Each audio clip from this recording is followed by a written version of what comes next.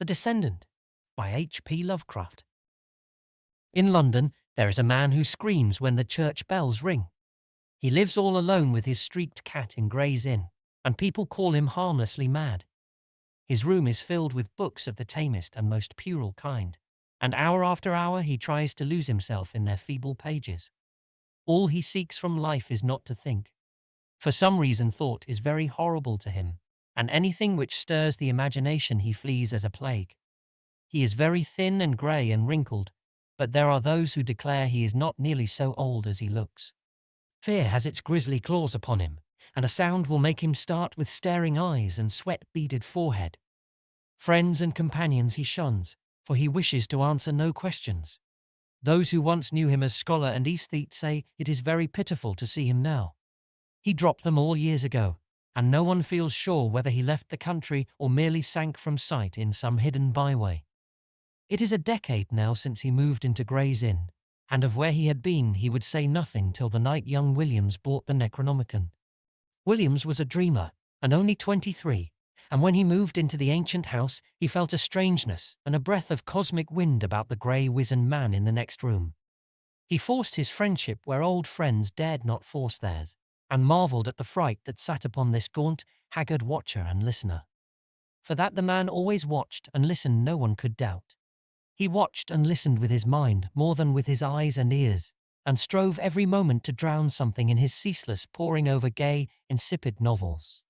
And when the church bells rang, he would stop his ears and scream, and the grey cat that dwelt with him would howl in unison till the last peal died reverberantly away. But try as Williams would, he could not make his neighbour speak of anything profound or hidden.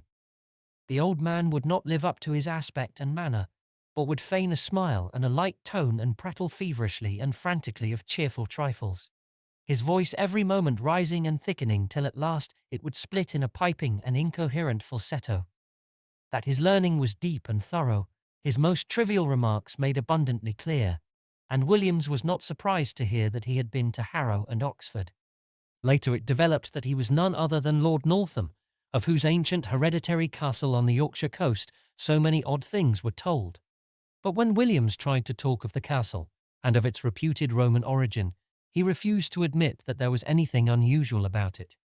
He even tittered shrilly when the subject of the supposed under-crypts, hewn out of the solid crag that frowns on the North Sea, was brought up. So matters went till that night when Williams brought home the infamous Necronomicon of the mad Arab Abdul al-Hazred. He had known of the dreaded volume since his 16th year, when his dawning love of the bazaar had led him to ask queer questions of a bent old bookseller in Chandos Street, and he had always wondered why men paled when they spoke of it.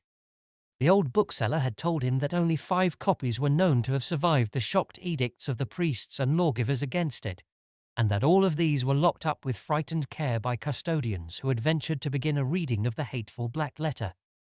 But now, at last, he had not only found an accessible copy, but had made it his own at a ludicrously low figure. It was at a Jew's shop in the squalid precincts of Clare Market, where he had often bought strange things before, and he almost fancied the gnarled old Levite smiled amidst tangles of beard as the great discovery was made. The bulky leather cover with the brass clasp had been so prominently visible, and the price was so absurdly slight. The one glimpse he had had of the title was enough to send him into transports, and some of the diagrams set in the vague Latin text excited the tensest and most disquieting recollections in his brain. He felt it was highly necessary to get the ponderous thing home and begin deciphering it, and bore it out of the shop with such precipitate haste that the old Jew chuckled disturbingly behind him. But when at last it was safe in his room, he found the combination of black letter and debased idiom too much for his powers as a linguist, and reluctantly called on his strange, frightened friend for help with the twisted, medieval Latin. Lord Northam was simpering inanities to his streaked cat, and started violently when the young man entered. Then he saw the volume and shuddered wildly, and fainted altogether when Williams uttered the title. It was when he regained his senses that he told his story, told his fantastic figment of madness in frantic whispers, lest his friend be not quick to burn the accursed book and give wide scattering to its ashes. There must, Lord Northam whispered, have been something wrong at the start, but it would never have come to a head if he had not explored too far. He was the 19th Baron of a line whose beginnings went uncomfortably far back into the past, unbelievably far, if vague tradition could be heeded, for there were family tales of a descent from pre-Saxon times, when a certain Cneius Gabinius Capito, military tribune in the 3rd Augustan Legion, then stationed at Lindum in Roman Britain, had been summarily expelled from his command for participation in certain rites unconnected with any known religion.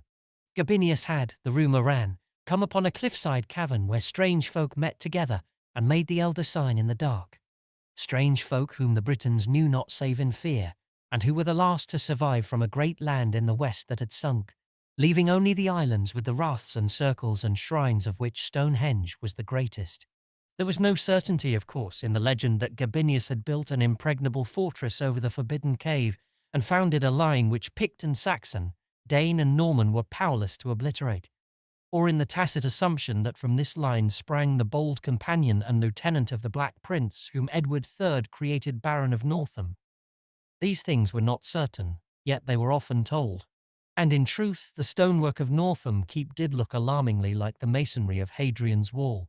As a child, Lord Northam had had peculiar dreams when sleeping in the older parts of the castle, and had acquired a constant habit of looking back through his memory for half amorphous scenes and patterns and impressions which formed no part of his waking experience. He became a dreamer who found life tame and unsatisfying, a searcher for strange realms and relationships once familiar, yet lying nowhere in the visible regions of earth.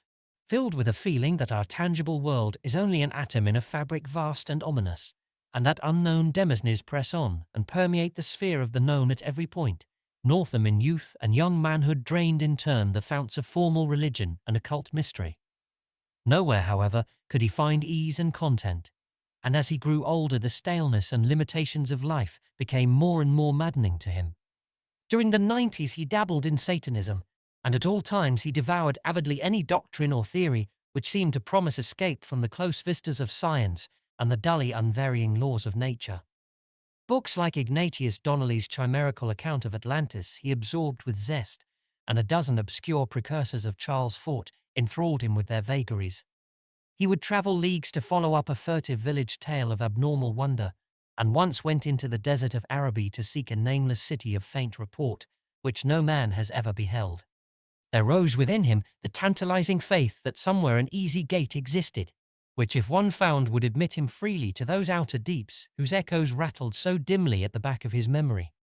It might be in the visible world, yet it might be only in his mind and soul.